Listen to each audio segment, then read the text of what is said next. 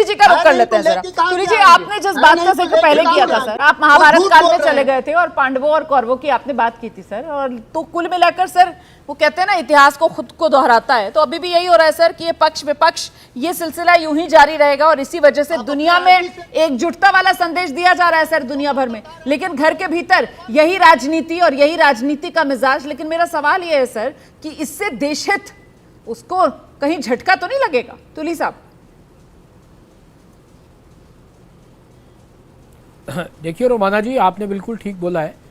Post truth का जमाना है, फैक्ट्स पे बात नहीं होगी, फैक्ट्स के अलावा सब बातों पर बात होगी। अब जो भी स्टेटमेंट्स यहाँ दिए जा रहे हैं वो किसी भी राजनीतिक दल के द्वारा दिए जा रहे हों,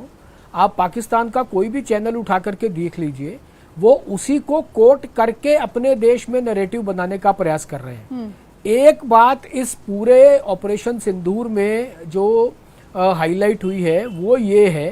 कि कहीं ना कहीं हम अपने देश में जो एकजुटता इनिशियली दिखी थी उसको लंबे समय तक नहीं चला पाने के कारण से एक जनता में तो एक विजय का भाव है, आम जन में, नागरिकों में तो विजय का भाव है, परंतु ये जो स्टेटमेंट्स आ रही हैं उसके कारण से पाकिस्तान इंटरनेशनली एक नैरेटिव बनाने में जो है वो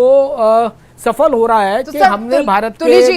एसेट्स को नुकसान पहुंचा दिया, हमने शायद राफेल गिरा लिए। वो तो सर हमारे जो विदेश मंत्री का बयान है उसको लेकर भी वहां पर, और विदेश मंत्री क्योंकि आप जानते हैं वो कितनी बड़ी पोस्ट होती है, तो वो तो उस बयान को लेकर भी वहां पर बहुत सी बातें कर रहे हैं। वो कह रहे हैं कि साहब बताओ, इनके विदेश मंत्री कह रहे हैं कि इन्होंने पहले हमें सूचना दे दी थी, हमें सूचना क्यों दी अगर आपको एक्शन लेना था, मतलब हम अपने लोगों को बचा लें, मतलब वो इस तरीके की बातें कर रहे हैं सर। तो ये जो बयान है सर, ये बयान हमें नुकसान पहुंचा रहे हैं। ये कह रहा है जी